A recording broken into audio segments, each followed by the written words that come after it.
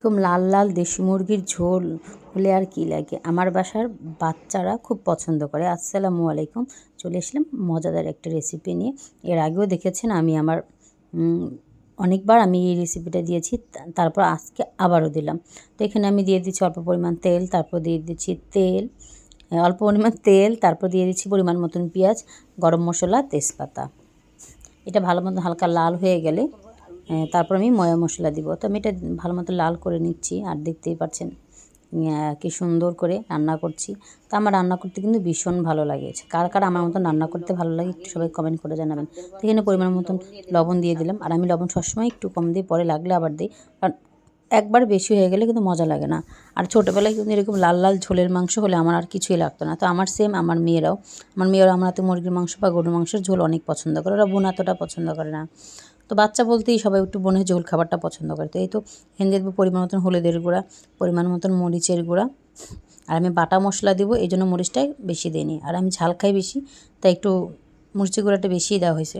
এখানে আমি আদা রসুন বাটা, জিরা বাটা, তারপর মরিচ বাটা, পেঁয়াজ বাটা, আর একটু গরম মশলা পাউডার, আর একটু মাংসের মশলা সব দিয়ে মশলা একসাথে কষিয়ে নিব। আর বাঙালি বলে কথা, একটু পানি দিয়ে বাটিটা ধুয়ে ফেললাম, একটু ফেলানো যাবে না।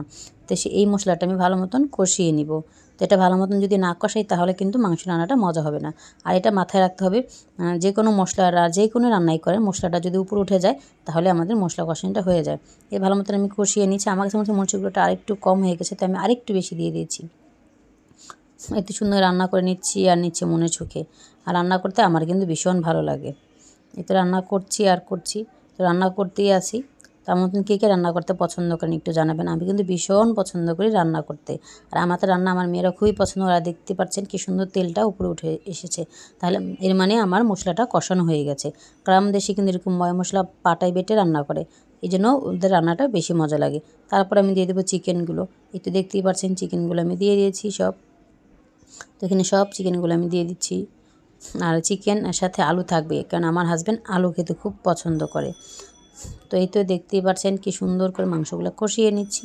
আলু আর চিকেন এই আলু আর চিকেন কম্বিনেশনে আমার হাজব্যান্ড ভালো লাগে। আমি আলু খাই না, আমি বিক্রমপুরের মানুষ, তাও আমার আলু পছন্দ না।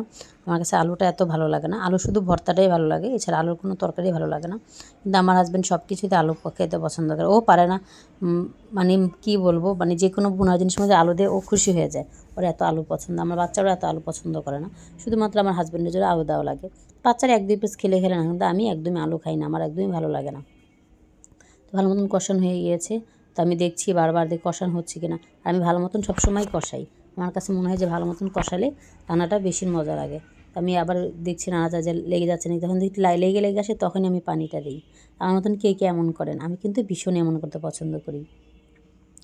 এই যে আমি মাংস কষানো শেষ, এখন আমি পরিমাণ মতন পানি দেবো। আগেই বলেছি এটা ঝোলের তরকারি, তো ঝোলের তরকারি মানে এটাতে অনেক পরিমাণ ঝোল দিতে হবে। তো এই দেখতে পাচ্ছেন কি সুন্দর লাল দেখাচ্ছে না, বাটা মরিচের গুঁড়া সাথে আবার গুঁড়ো মরিচের গুঁড়া। রান্নাটা ভীষণ মজার হয়েছিল।